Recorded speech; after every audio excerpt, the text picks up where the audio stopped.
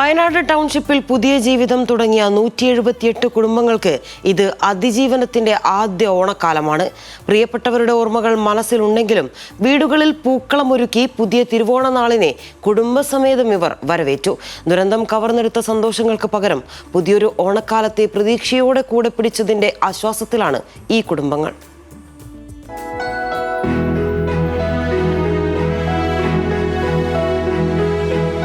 വാടക വീടുകളിലെ അനിശ്ചിതത്വങ്ങൾക്ക് ശേഷം സ്വന്തം ടൗൺഷിപ്പിൽ കണ്ണു തുറന്ന 178 കുടുംബങ്ങൾക്കും ഇത് പുതിയൊരു പുലരിയാണ്.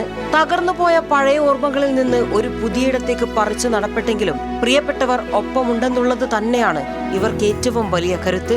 പുതിയ വീടുകളിൽ പൂക്കളമിട്ടും വിശേഷങ്ങൾ പങ്കുവച്ചും പ്രതീക്ഷയോടെയാണ് ഇവർ ഇത്തവണ ഓണത്തെ വരവേറ്റത്.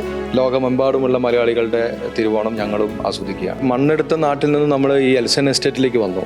പറിച്ചു നട്ട് ഇവിടെ വളരുന്ന ആളുകളാണ് ഞങ്ങൾ. അപ്പോൾ ഞങ്ങളെ സംബന്ധിച്ച് ഓർമ്മകളൊന്നും മരിക്കുന്നില്ല, ഓർമ്മകൾക്ക് എപ്പോഴും മരണമില്ല.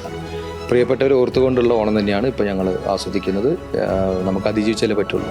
കുടുംബസമേതം ഓണം ആഘോഷിക്കുമ്പോഴും പഴയ കൈപ്പേറിയ ഓർമ്മകളിൽ നിന്നൊക്കെ അതിജീവിച്ചെത്തിയതിന്റെ ഓർമ്മകളും പ്രിയപ്പെട്ടവർ പങ്കുവെക്കുന്നു. സന്തോഷം എല്ലാ എന്താ പറയുക, നമ്മുടെ ചൂരമലിൻ്റെ ഒരു ഇത് കിട്ടില്ല, എന്നാലും ഇനിയിപ്പോൾ നമുക്ക് മുമ്പോട്ട് പോയാലേ പറ്റുള്ളൂ. അന്ന് നമ്മുടെ എന്താ പറയുക 2 വീട് പോയിരുന്നു, പിന്നെ ഫാം പോയി, പിന്നെ തോട്ടങ്ങൾ എല്ലാം നഷ്ടപ്പെട്ടു. ഗോൾഡ് ഉണ്ടായിരുന്നു, ക്യാഷ് ഉണ്ടായിരുന്നു, എല്ലാം നഷ്ടപ്പെട്ടു. അന്ന് 7 മാസം വൈഫ് പ്രഗ്നൻ്റ് ആയിരുന്നു. ആ കൊച്ചാണിത് ഇന്നിപ്പോൾ എൻ്റെ കയ്യിലിരിക്കുന്നത്. ഇതിൻ്റെ വലിയ മുതൽ നമുക്ക് വേറെയില്ലല്ലോ. അതന്നെയാണ് ഏറ്റവും വലിയ സന്തോഷം. തങ്ങളെപ്പോലെ പുറത്തു നിൽക്കുന്ന ബാക്കിയുള്ളവർക്കും എത്രയും പെട്ടെന്ന് തന്നെ വീട് ലഭിക്കുമെന്ന് ഉള്ള പ്രതീക്ഷയിലാണിവർ.